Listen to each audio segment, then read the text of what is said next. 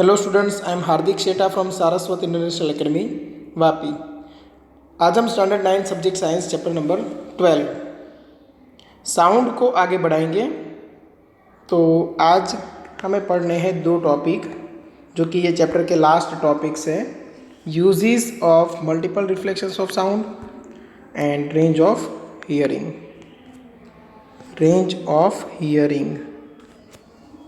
Okay.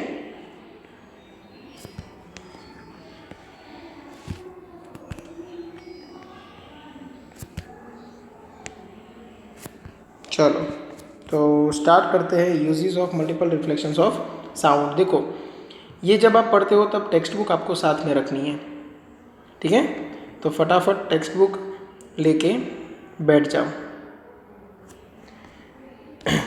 Multiple reflection of sound हमने last topic में पढ़ा था,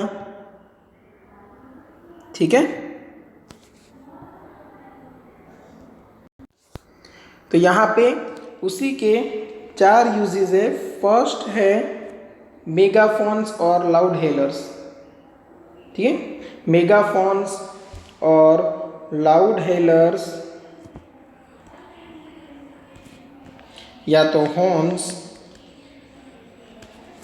musical instruments such as trumpets and shehnais, ठीक है, are all designed to send sound in a particular direction without spreading it in all directions। जैसे megaphone के लिए आपको एक डायग्राम दिखाया हुआ है जिसमें कुछ ऐसा स्ट्रक्चर आपको दिखाई देगा। आपने फिल्मों में भी देखा होगा, कभी कभी बोलते ना पुलिस वाले कि आप लोगों को चारों तरफ से घेर लिया गया है। तो उसके लिए साउंड थ्रो करने के लिए, साउंड प्रोजेक्ट करने के लिए ऐसी कोई डिवाइस थी जिसको यूज़ करते थे। यहाँ से स्टैंड था, वहाँ से पकड़ते थे और यहाँ पे बोला जाता था, ठीक है? यहाँ से बोल रहे हैं, ठीक है? तो यहाँ पे जो साउंड है वो मल्टीपली रिफ्लेक्ट होके एक पर्टिकुलर डायरेक्शन में ही जाएगा, ठीक है? मतलब ये एरिया कवर करेगा। तो आपको साउंड यूनि डायरेक्शन में, मतलब एक ही डायरेक्शन में प्रोजेक्ट कराना है तो आप मेगाफोन का यूज़ कर सकते हो, ठीक है? चलो, सेम वैसे ही देखो, उसके लिए डिस्क्रिप्शन भी आपको दिया हुआ है। In this instruments a tube followed by a conical opening reflects sound successively to guide most of the sound wave from the source in the forward direction towards the audience. यहाँ पे सुनने वाले लोग हैं, ऑडियंस है, तो उसी की तरफ पूरा साउंड जाएगा ताकि साउंड की इंटेंसिटी बनी रहे, ठीक है? अदरवाइज हमें पता है कि साउंड है वो ओमनी डायरेक्शनल है। ओमनी डायरेक्शनल मतलब हर एक डायरेक्शन में फैलता है, ओके। सेकेंड देखो, stethoscope is a medical instrument used for listening to sound produced within the body, chiefly in the heart or lungs. In stethoscopes, the sound of the patient heartbeat reaches the doctor's ear by multiple reflection of sound as shown in figure। देखो, आपको diagram में दिखाया हुआ है कि stethoscope की जो pipe होती है उसमें साउंड है वो मल्टीपली, सपोज यहाँ से थ्रो किया तो ये मल्टीपली रिफ्लेक्ट होके आगे बढ़ता है और हार्ट बीट है उसका जो साउंड है वो डॉक्टर को सुनाई देता है, ठीक है? थर्ड एप्लीकेशन है generally the ceiling of concert halls, conference halls and cinema halls are curved so that sound after reflection reaches all corners of the hall as shown in figure. आपको diagram में दिखाया हुआ है कि यहाँ पे देखो, कॉन्सर्ट हॉल का जो अपर लेवल है वो ऐसे कर्व्ड सरफेस होती है ताकि जहाँ से साउंड प्रोड्यूस हुआ है, सपोज यहाँ से, तो ये साउंड रिफ्लेक्ट होके हर एक डायरेक्शन में जा सके और ऑडियंस में हर एक के पास एक साथ पहुँच सके, ठीक है? ये थर्ड हुआ। चलो, यहाँ तक समझ में आ गया होगा, ठीक है?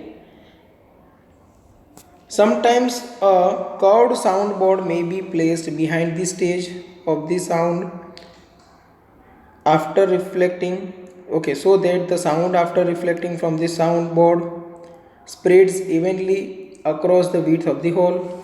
मतलब जैसे कि आप कॉनकेव मिरर पढ़ते थे ना 8th स्टैंडर्ड में, तो ये सपोज कॉनकेव सरफेस है, यहाँ पे ये रिफ्लेक्टिंग सरफेस है, उसका जो फोकल पॉइंट होगा वहाँ पे हमने क्या रख दिया, सोर्स, ताकि जहाँ से भी साउंड रिफ्लेक्ट हो वो पैरेलल बन जाए।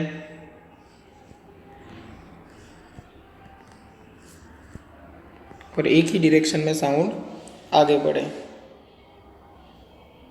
तो ये बहुत बड़े होल होते हैं जहाँ पे कोई प्रोग्राम रखा जाता है, तो वहाँ पे साउंड की क्लैरिटी अच्छे करने के लिए ऐसी रिफ्लेक्टिंग सरफेसेस लगाई जाती है by using sound boards. Okay, तो ये uses of multiple reflection of sound है, अच्छे से पढ़ लेना और विथ डायग्राम आपको ये सब याद भी रखना है। ठीक है, एक इनटेक्स्ट क्वेश्चन दिया हुआ है, why are the ceiling of concert halls curved, मतलब वो हमने पढ़ा था ना ऐसा कुछ, यहाँ पे कर्व्ड सरफेस क्यों लगाते थे, तो उसका आंसर टेक्स्ट बुक में लिखा हुआ ही है और मैंने भी यहाँ पे एक्सप्लेन किया। ठीक है, वही सेम आंसर आएगा। अभी नेक्स्ट टॉपिक जो है वो है range of hearing. Range of hearing मतलब क्या था, the audible range of sound for human being extends from, देखो ऑडिबल रेंज क्या है, मतलब फ्रीक्वेंसी की रेंज क्या है समझना, 20 हर्ट्ज टू 20,000 हर्ट्ज, ये क्या है ऑडिबल फ्रीक्वेंसी की रेंज। तो हम यहाँ पे लिख देते हैं ये है ऑडिबल साउंड। चलो अगर फ्रीक्वेंसी की वैल्यू लेस देन 20 हर्ट्ज है, तो अगर फ्रीक्वेंसी की वैल्यू लेस देन 20 हर्ट्ज है तो उसको बोला जाता है इंफ्रासोनिक साउंड। और अगर फ्रीक्वेंसी है वो ग्रेटर देन 20,000 हर्ट्ज है, तो अगर ग्रेटर देन 20,000 हर्ट्ज है तो हम बोलेंगे अल्ट्रासोनिक साउंड।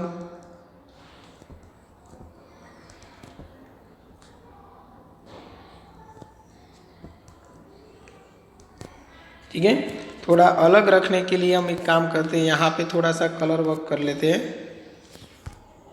ये जो साउंड है ऑडिबल साउंड, उसको रेड कलर से यहाँ पे लिख देते हैं। ठीक है, चलो तो बिलो 20 हर्ट्ज मतलब इंफ्रासोनिक साउंड, 20 हर्ट्ज से 20,000 हर्ट्ज है तो ऑडिबल साउंड, एंड 20,000 से भी ज़्यादा अगर फ्रीक्वेंसी है तो अल्ट्रासोनिक साउंड। देखो हम सुन सकते हैं इतना साउंड 20 से 20,000, मतलब हमारे वोकल कॉर्ड्स है गले के अंदर, वो भी इसी रेंज में वाइब्रेट करते हैं।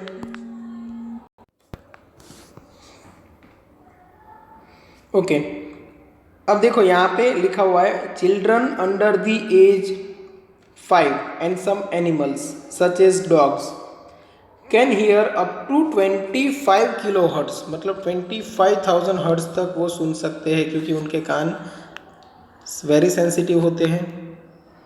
As people grow elder their ear becomes less sensitive to higher frequencies. Sound of frequencies below 20 Hz are called infrasonic sound or infrasound. If we could hear infrasound, we would hear the vibration of pendulum just as we hear the vibration of wings of bee. क्योंकि बीज की vibration एकदम fast होती है ना, तो उसकी frequency हो जाती है ग्रेटर देन 20 हर्ट्ज, इजीली सुन सकते हैं। बट वो पेंडुलम जो ऐसे ऐसे ऑसिलेट करता है वो धीरे धीरे करता है, अब वो 1 सेकेंड में 20 टाइम्स तो ऑसिलेशन कर नहीं पाएगा, इसीलिए वो ऑसिलेशन का साउंड हमें सुनाई नहीं देता। Rhinoceros communicate using infrasound of frequency as low as 5 hertz. Whales and elephants produce sound in the infrasonic range. देखो वेल्स एंड एलिफेंट्स, राइनोसोरस, ये सब इंफ्रासोनिक रेंज में साउंड प्रोड्यूस कर सकते हैं और उसी रेंज में साउंड सुन भी सकते हैं। It is observe that some animal get disturbed before earthquake. Earthquake produce low frequency infrasonic before the main shock wave begin, which possibly alert the animals. देखो जब अर्थक्वेक आता है ना तब दो टाइप की फ्रीक्वेंसी के सिग्नल निकलते हैं, एक होता है लो फ्रीक्वेंसी, एक होता है हाई फ्रीक्वेंसी शॉक वेव्स, ठीक है। एक होता है लॉन्गिट्यूडनल, एक होता है ट्रांसवर्स वेव, ठीक है। अभी वो सब आप डिटेल में पढ़ना बाकी है, बट लो फ्रीक्वेंसी साउंड है वो पहले पहुंचता है, ओके, और वो कुछ एनिमल्स को डिस्टर्ब कर देता है ताकि उनको पता चल जाए कि कुछ यहाँ पे वाइब्रेशंस आने वाला है, ठीक है। और लो फ्रीक्वेंसी साउंड हम नहीं सुन सकते, इसलिए हमें पहले से पता नहीं लगता कि अर्थक्वेक जैसा कुछ आने वाला है, ठीक है। Frequencies higher than 20 kilohertz are called ultrasonic sound. Ultrasound is produced by dolphins, bats, and porpoises. Moths of certain families have very sensitive hearing equipment. These moths can hear the high frequency squawks of the bat and know when a bat is flying nearby and are able to escape captures. Okay? मतलब बचने के लिए भी sound wave का ही use होता है। Sound wave transmit करते हैं और वो रिफ्लेक्ट होके जब वापस आता है तब वो रिसीव भी कर लेते हैं। अगर रिफ्लेक्ट होके वापस आया तो उनको पता चल जाता है कि सामने कोई चीज़ है। Rates also play games by producing ultrasound. Rates जो है वो अल्ट्रासाउंड प्रोड्यूस करके गेम भी खेलते हैं, ठीक है। उसके नीचे भी देखो इंटेक्स्ट क्वेश्चन है। इंडेक्स क्वेश्चन क्या है देखो, what is the audible range of average human ear. Audible range क्या है तो 20 hertz to 20,000 hertz. What is the range of frequencies associated with ultrasound and infrasound. Infrasound के लिए 0 to 20 हर्ट्ज और अल्ट्रासोनिक साउंड के लिए ग्रेटर देन 20,000 हर्ट्ज, ठीक है। चलो यहाँ तक समझ में आया तो थियरी के हिसाब से ये चैप्टर नंबर 12 हमारा यहाँ पे फिनिश हुआ। अगर किसी को कोई डाउट है तो एनी टाइम कॉन्टेक्ट कर सकते हो, और न्यूमेरिकल्स जो है जितने भी बाकी वो नेक्स्ट वीडियो में आपको मिल जाएंगे, ठीक है। चलो यहाँ तक रखते हैं, थैंक यू।